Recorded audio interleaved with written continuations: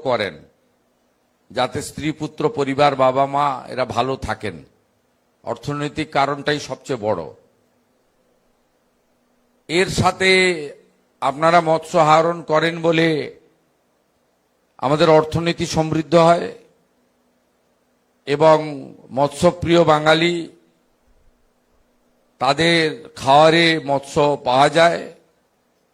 এছাড়াও আমাদের এই মৎস্য আহরণ এবং মৎস্য কেন্দ্রিক নানা ব্যবসা গড়ে উঠেছে যাতে আমাদের রাজ্য তথা দেশ সমৃদ্ধ হয়।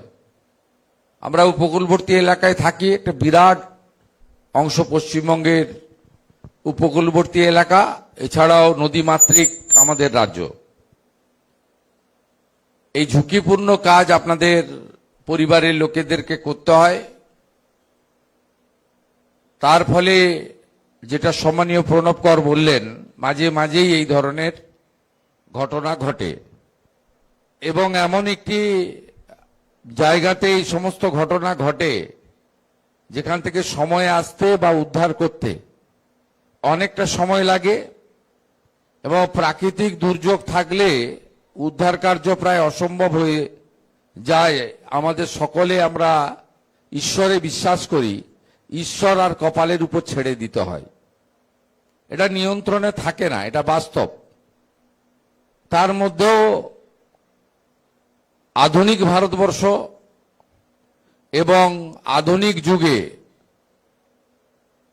যাতে আমরা আরো আধুনিক ব্যবস্থার মধ্য দিয়ে আবহাওয়ার পূর্বাভাস পূর্বাহ্নে জানাতে পারি, আমাদের মাঝ সমুদ্রে চলে যাওয়া মৎস্যযান এবং মৎস্যজীবীদেরকে স্থলভাগে সঠিক সময় ফিরিয়ে আনতে পারি, আমাদের যে আধুনিক ইলেকট্রনিক্স ব্যবস্থা তার মধ্য দিয়ে ওয়্যারলেস এবং অন্যান্যভাবে যাতে কানেকশন থাকে তার ব্যবস্থা করা, এবং সর্বোপরি ফিশারি ডিপার্টমেন্ট, ডিজাস্টার ম্যানেজমেন্ট, পুলিশের কোস্টাল, এই কারণেই ভারত সরকারের উদ্যোগে গোটা ভারতবর্ষ জুড়ে কোস্টাল থানাগুলো তৈরি হয়েছে।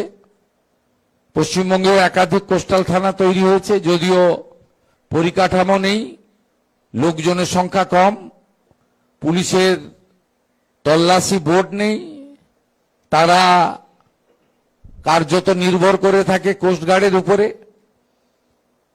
এই সমস্ত ত্রুটি বিচ্যুতি আমাদের আছে এবং আমরা এই ঘটনা জানার পরে দ্রুততার সঙ্গে সাধারণ প্রশাসন, পুলিশ প্রশাসন, fisheries department, fishery minister Rajesh Mahato নিজে, আপনারা জানেন যে তিনি পরিবারগুলোর সঙ্গে খোঁজ নিয়েছেন, রাত্রে গভীর রাত্রি পর্যন্ত তিনি এসপিকে নিয়ে এখানে থেকেছেন। যখন বেশ কয়েকদিন পরে ট্রলারের একটা অংশ দেখা গেল আকাশপথে, তারপরে সেখানে সুন্দরবন জেলা পুলিশ তার পুলিশ সুপারের নেতৃত্বে আমরা টাচে ছিলাম। আমাকে 1 ঘন্টা অন্তর অন্তর ভিডিও পাঠাচ্ছিল তারা, এবং সুন্দরবন উন্নয়ন দপ্তরের রাষ্ট্রমন্ত্রী দীপঙ্কর জানা, তিনি আমার পক্ষ থেকে, সরকারের পক্ষ থেকে সারা রাত্রি সেখানে ছিলেন, থেকে আমরা বডিগুলোকে উদ্ধার করি। কিন্তু পরিবারের লোকজনকেও আমরা, আমাদের এই জেলার পুলিশ সুপার এবং অ্যাডিশনাল এসপি যিনি আছেন, তিনি মাননীয় বিধায়ক চন্দ্রশেখর মণ্ডলের সঙ্গে পরামর্শ করে দ্রুত পাঠানো হয় আমাদের যেখানে মর্গে তাদের দেহগুলো ছিল। কিন্তু আপনারা চিনতে পারেননি, বেশ কয়েকদিন চলে যাওয়ার জন্য, চাপা পড়ে থাকার জন্য আপনাদের অনেককেই দেহ শনাক্তকরণ করতে পারেননি। তার জন্য যে প্রক্রিয়া রয়েছে ডিএনএ ইত্যাদি, তার রিপোর্ট আসবে, কিন্তু মোটামুটি আমরা যে আমাদের তালিকা এখানে আছে, উড়িষ্যার 3 জন বাসিন্দা এবং বাকি পশ্চিমবঙ্গের বাসিন্দা, মূলত পূর্ব মেদিনীপুরেরই বেশি। এর বাইরেও আমাদের হাওড়া জেলার 1 জন এবং নদিয়া জেলার 2 জন, এরা ক্ষতিগ্রস্ত হয়েছেন। আমরা রাজ্য সরকারের পক্ষ থেকে এই ধরনের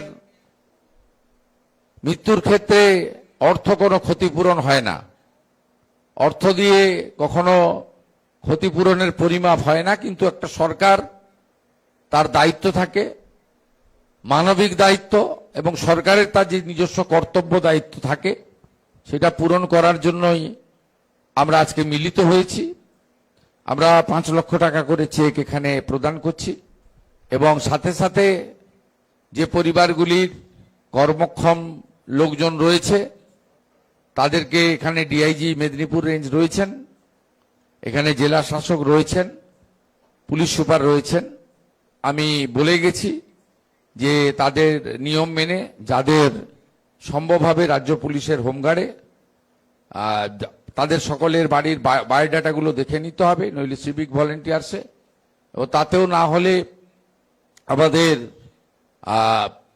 ভিআরপি সহ অন্যভাবে এসডিও আছেন, বিডিও আছেন, তারা দেখে নেবেন যাতে হয়। এর বাইরেও আমাদের যে কর্মসূচিটা রয়েছে মিশন বাৎসল্য, তাতে 3টি পরিবার পেতে পারে, তাই তো? 3টি পরিবারে 4 জন 4,000 টাকা করে মাসে, হ্যাঁ, আপনার পাবেন, হ্যাঁ, পড়াশোনার জন্য পাবেন, সেটা পাবেন।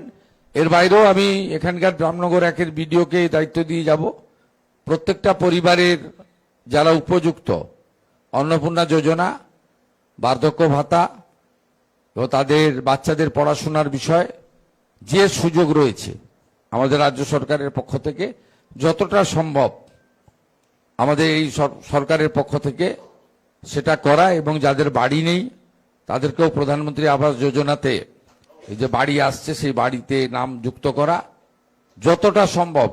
আমরা ওদের ফিরিয়ে দিতে পারবো না, ঈশ্বর ভগবান আমাদের সে ক্ষমতা দেননি, তার বাইরেও যেটা করার আমরা করব।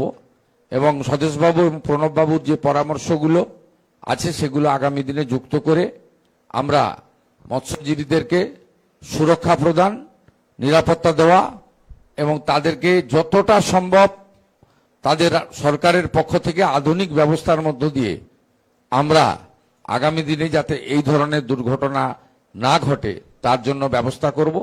এবং সাথে সাথে অন্য আরেকদিন আমি আসব, আমাদের সাগরমালা 2-তে আমাদের কোস্টাল বেল্টে ব্যাপক কাজ করার পরিকল্পনা বর্তমান সরকার নিয়েছে, সেই বিষয়ে সেই দিন আপনাদের সঙ্গে আমি কথা বলবো। আপনারা সবাই আমার পরিচিত স্বজন।